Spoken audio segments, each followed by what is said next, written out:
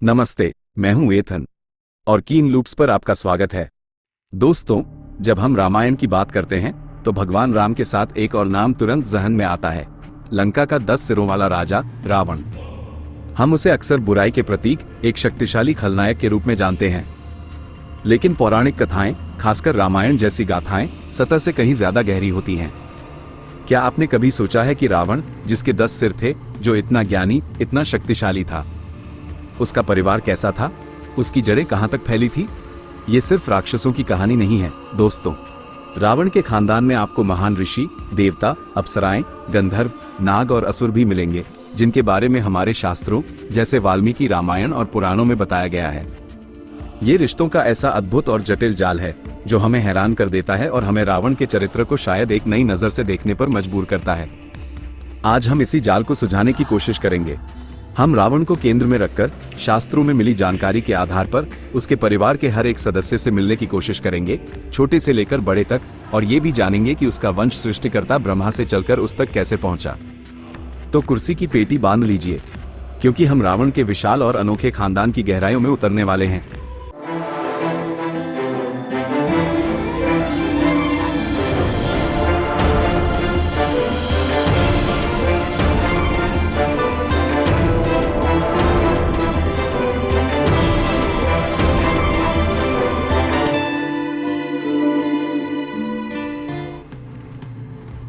हमारी कहानी के केंद्र में है रावण, लंका का वो शक्तिशाली राजा जिसके 10 सिर थे, जिसे दशानन भी कहते हैं।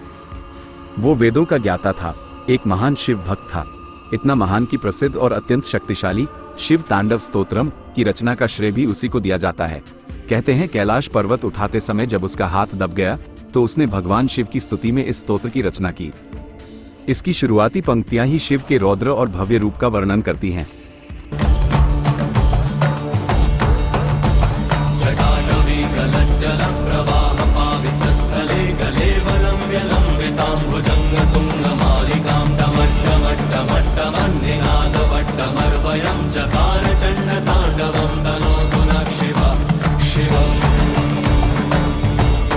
रावण संगीत और वीणा वादन में भी निपुण था, एक कुशल शासक भी था, लेकिन साथ ही उसमें अहंकार कूट कूट कर भरा था।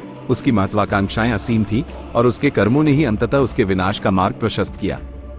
उसके इस जटिल व्यक्तित्व की चाबी शायद उसके जन्म और वंश में ही छुपी है। रावण की कहानी उसके जन्म से ही अनोखी है। उसके पिता थे परम ज्ञानी ऋषि विश्रवा। वाल्मीकि रामायण के उत्तरकांड सर्ग 2 में उन्हें पौलस्त्य अर्थात पुलस्त्य के पुत्र कहा गया है और बताया गया है कि वे स्वयं महान ऋषि पुलस्त्य के पुत्र थे। ऋषि पुलस्त्य, जैसा कि विष्णु पुराण अंश 1 अध्याय 7 में आता है, ब्रह्मा जी के मानस पुत्रों में से एक माने जाते हैं। जैसा कि हमने अपने पिछले वीडियो में विस्तार से बताया था कि कैसे ऋषि पुलस्त्य ब्रह्मा जी के मानस पुत्रों में से एक थे। अगर आपने वो वीडियो नहीं देखा है तो उसे जरूर देखिएगा। तो यानी रावण की रगों में ऋषियों का पवित्र और ज्ञानी रक्त बह रहा था। पिता की ओर से उसका संबंध सीधे ज्ञान और तपस्या की परंपरा से था, लेकिन उसकी मां थी राक्षस राजा सुमाली की बेटी राजकुमारी कैकसी। वाल्मीकि रामायण उत्तरकांड सर्ग 9 में विस्तार से वर्णन है कि कैसे कैकसी अपने पिता सुमाली के कहने पर असुरों का भविष्य उज्जवल करने हेतु पुत्रान बल समन्वितान अत्यंत बलशाली पुत्रों की कामना लेकर संध्या के अशुभ समय में ऋषि विश्रवा के पास गईं।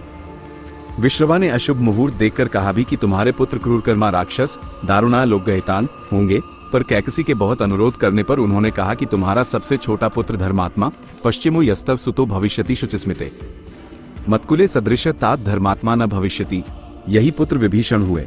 यह एक ब्राह्मण पिता और राक्षस मां का मेल था, जिसने रावण के चरित्र को वो जटिलता दी जिसके लिए वो जाना जाता है। कैकसी के पिता सुमाली की इसमें बड़ी भूमिका थी, जो अपनी राक्षसी महत्वाकांक्षा पूरी करना चाहता था। ऋषि विश्रवा और कैकसी की संतानों में रावण के अलावा उसके प्रसिद्ध भाई बहन भी थे। सबसे पहले बात करते हैं कुंभकर्ण की। रावण का विशालकाय भाई, जो अपने भीमकाय शरीर और अविश्वसनीय ताकत के लिए जाना जाता था। उसे ब्रह्मा जी से वरदान या कहीं श्राप मिला था कि वो 6 महीने सोएगा और 1 दिन जागेगा। अपनी राक्षसी प्रवृत्ति के बावजूद कुंभकर्ण को कई जगह न्यायप्रिय और अपने भाई के प्रति वफादार बताया गया है, हालांकि वो जानता था कि रावण गलत रास्ते पर है।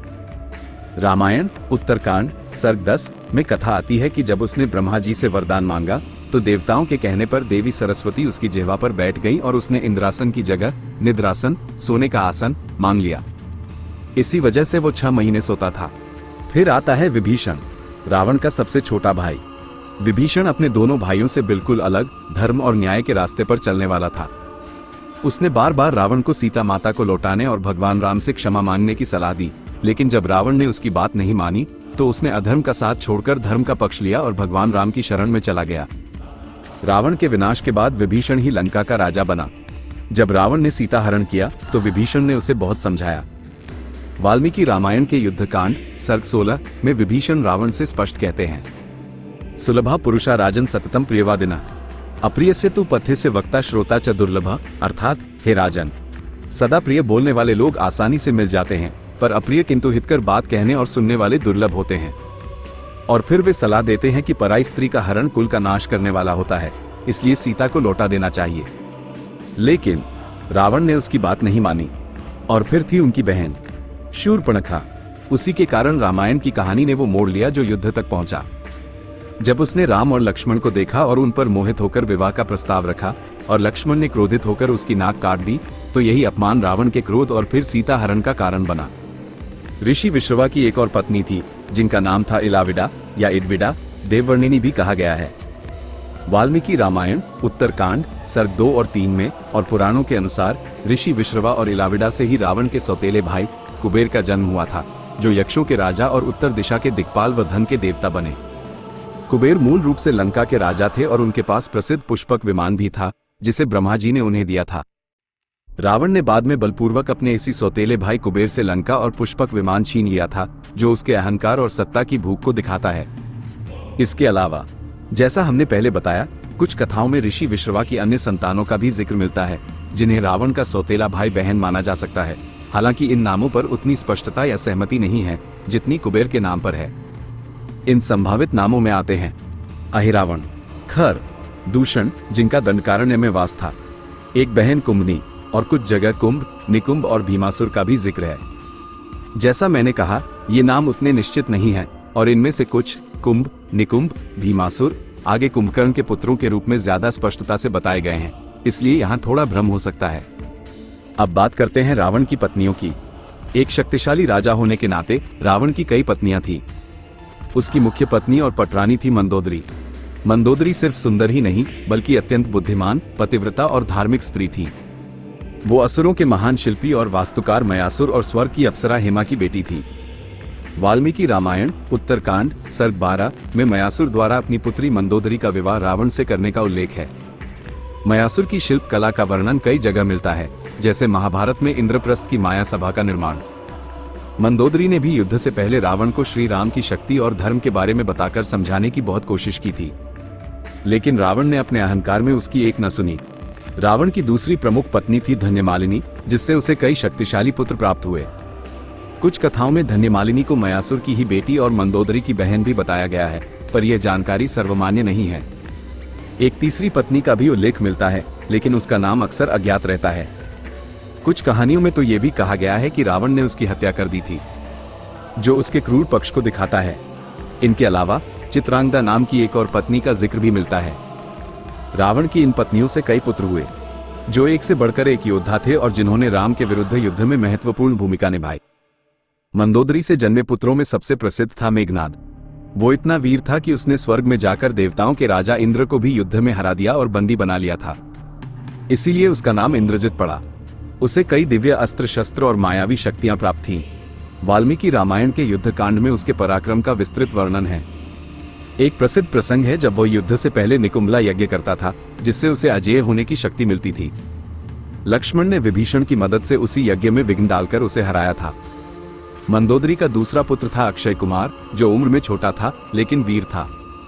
जब हनुमान जी सीता जी की खोज में लंका आए तो अशोक वाटिका में अक्षय कुमार ने उनसे युद्ध किया और वीरगति को प्राप्त हुआ, जिसका वर्णन सुंदरकांड सर्ग 47 में है। प्रहस्त का नाम भी मंदोदरी के पुत्र के रूप में आता है और वो रावण का मुख्य सेनापति भी था।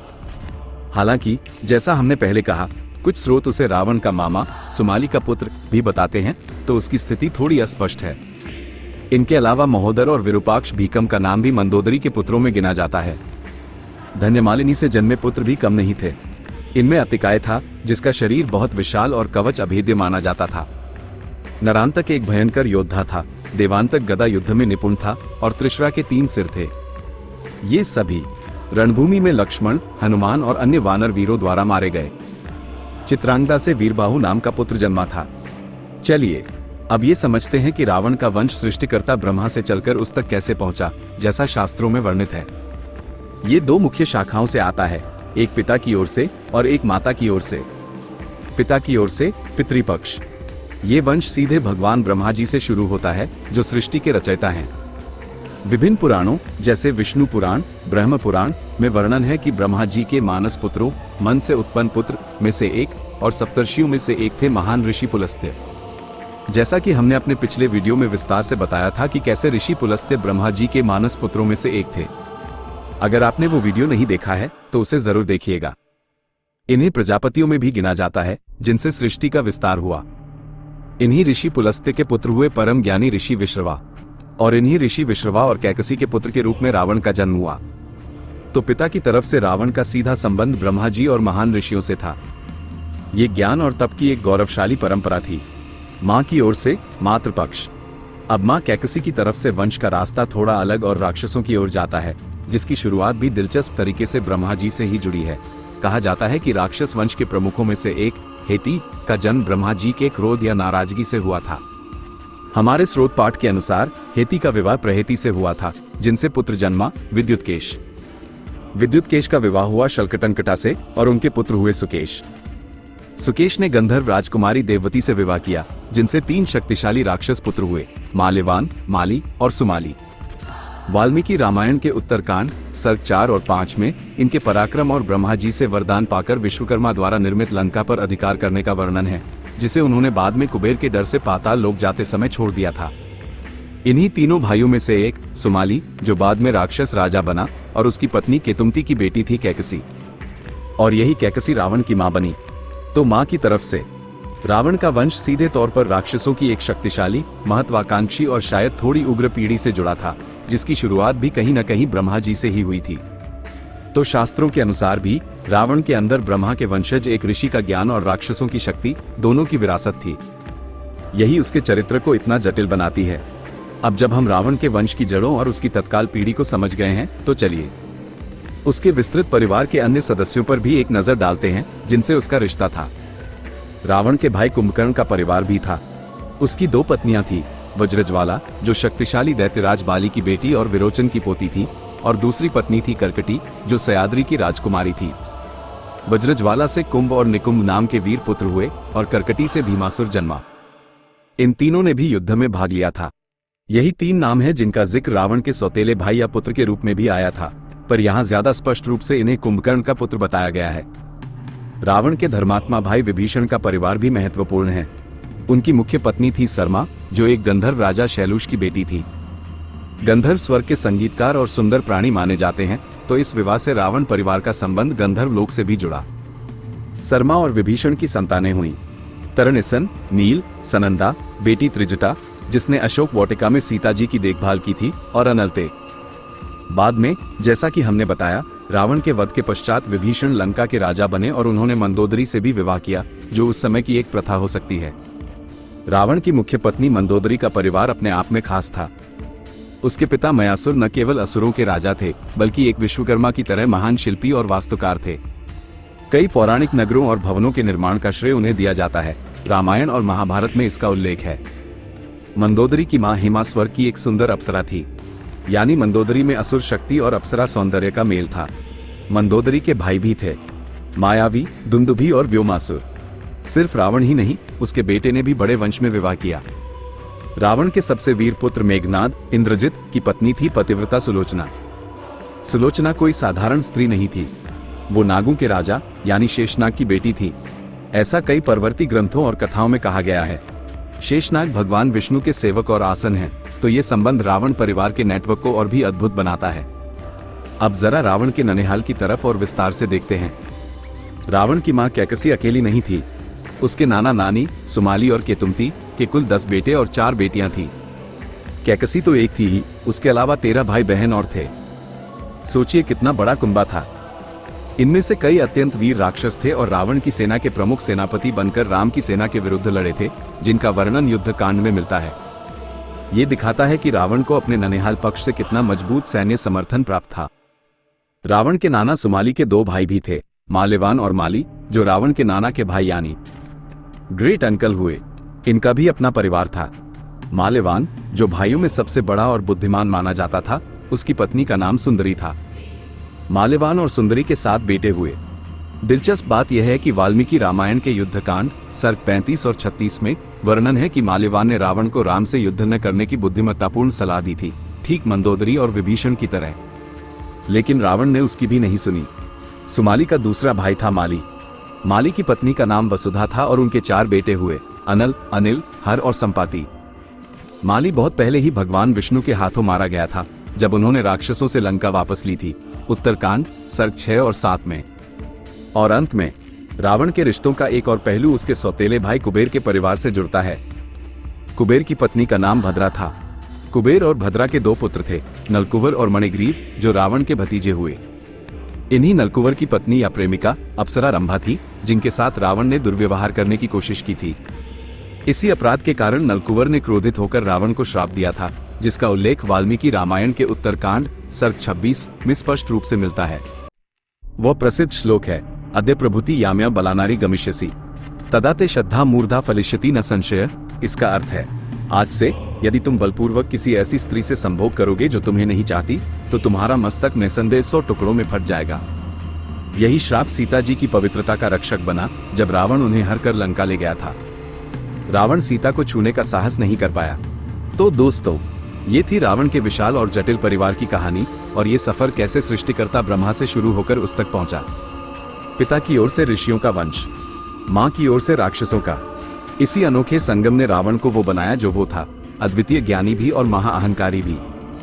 इस एक परिवार के ताने बाने में आपको देवता जैसे ब्रह्मा, कुबेर, महान ऋषि पुलस्त्य, विश्रवा, असुर शिल्पी, मयासुर, अप्सरा, हेमा, रंभा, गंधर्व, शैलूष, देववती, नाग, शेष और राक्षसों की कई पीढ़ियां, हेती से लेकर रावण के पुत्रों तक, सभी एक साथ गूंथे हुए मिलते हैं, जैसा कि हमारे शास्त्रों, रामायण और पुराणों में वर्णित है।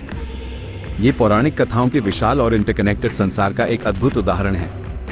रावण की कहानी हमें याद दिलाती है कि विरासत कितनी जटिल हो सकती है, और किसी के कर्म ही अंततः उसका भविष्य तय करते हैं, चाहे उसका वंश कितना भी गौरवशाली क्यों न हो। उसका शिव भक्त होना, उसका विद्वान होना, उसके महान पूर्वज होना, कुछ भी उसे उसके अहंकार और अधर्म के परिणामों से नहीं बचा सका। आपको ये शास्त्रीय संदर्भों के साथ विस्तृत जानकारी कैसी लगी? क्या आप किसी और पौराणिक चरित्र के वंश के बारे में जानना चाहेंगे? हमें नीचे कमेंट्स में अपने विचार और सवाल जरूर बताएं। अगर वीडियो पसंद आया हो तो प्लीज इसे लाइक करें, ज्यादा से ज्यादा शेयर करें और हमारे चैनल को सब्सक्राइब करना बिल्कुल न भूलें, ताकि आप ऐसी और भी रोचक पौराणिक कहानियां देख सकें।